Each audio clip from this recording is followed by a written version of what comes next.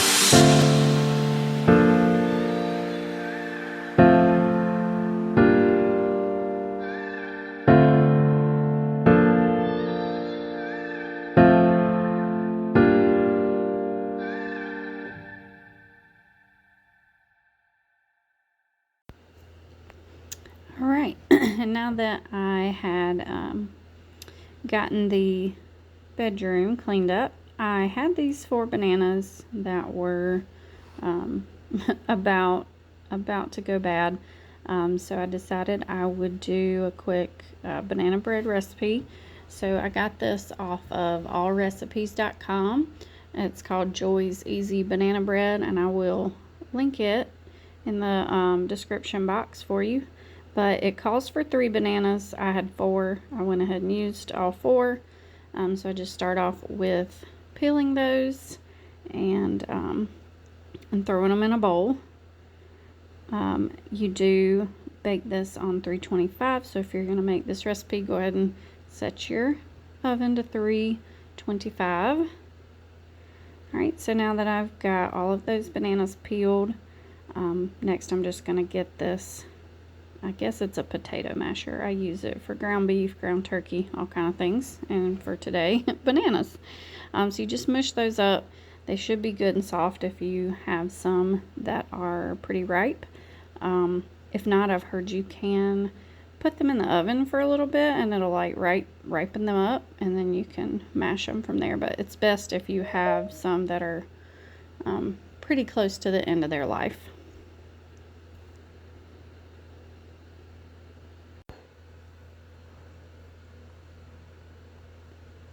And I've got those mashed up real good. This recipe calls for half a stick of butter or a quarter cup of butter. And I just melted that in the microwave. And while that is melting, I've got, I believe, my egg. Yep, my 1 egg. It calls for 1. Again, I'll link the recipe in the description. And then it calls for, let's see how much salt. 1 teaspoon. I just eyeballed it.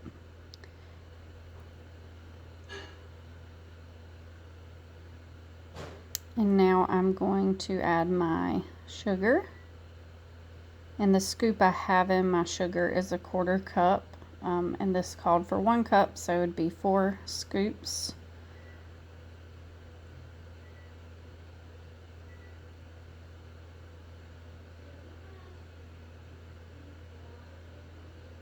And I do just straight banana bread. My son won't eat banana nut bread, not because he's allergic, he just doesn't like the nuts in it. So I do banana bread, I won't say often, but I've done 2 in the last maybe 3 months. And he really likes it without the nuts, so I do that.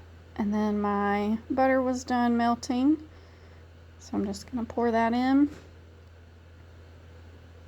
It does say in the recipe to like put certain things together in one bowl and certain things in another bowl and then pull them together. I don't do that. I just put it all together, mix it up, and it usually works fine. And then for the flour, it calls for 1.5 cups. So again, I have another scoop, but it's also a quarter cup. So 6 quarter cup scoops out of my canister. And it's just regular white flour that I've got. I think it called for all-purpose, which is I think what I've got. And then it did call for 1 teaspoon baking soda, and I did not have any. So I left it out, but at the end, I don't know if it was the 4th banana that I added or the fact that I didn't have the baking soda, but it was a little gooier than bread-like. So I think you should add the baking soda and maybe just go with the 3 bananas. And I'm just going to mix all the ingredients together until they're well mixed, and they won't be smooth, perfectly smooth, because those bananas do still have chunks kind of in them.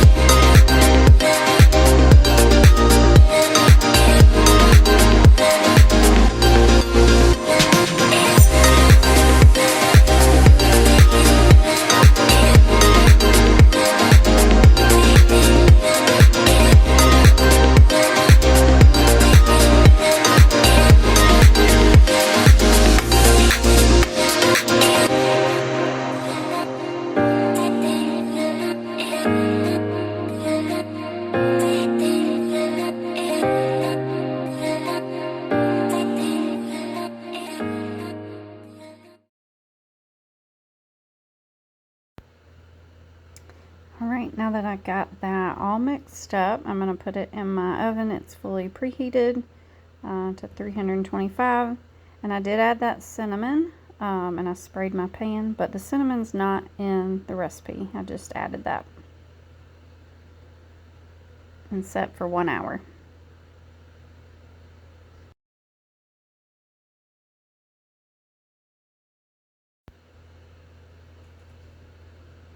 Alright, and then the last thing I'm going to do in today's video is, so this spot here on my ceiling, this is where we had some top cabinets that split between our kitchen and our living room, and we pulled those down. We've been doing some kitchen changes, renovations. I have patched a few little holes, and then that big hole to the left, you can see that's where the vent used to go out of the ceiling. We patched that up. I am sanding those pieces down again. I'm going to put a little more mud on that big spot as well because it needs another coat. This will be the third one with some mud on that, so that should be all that's needed. And then I'm going to prime the areas that I didn't mud today just to get that looking a little better. So I'll let you guys watch as I do that.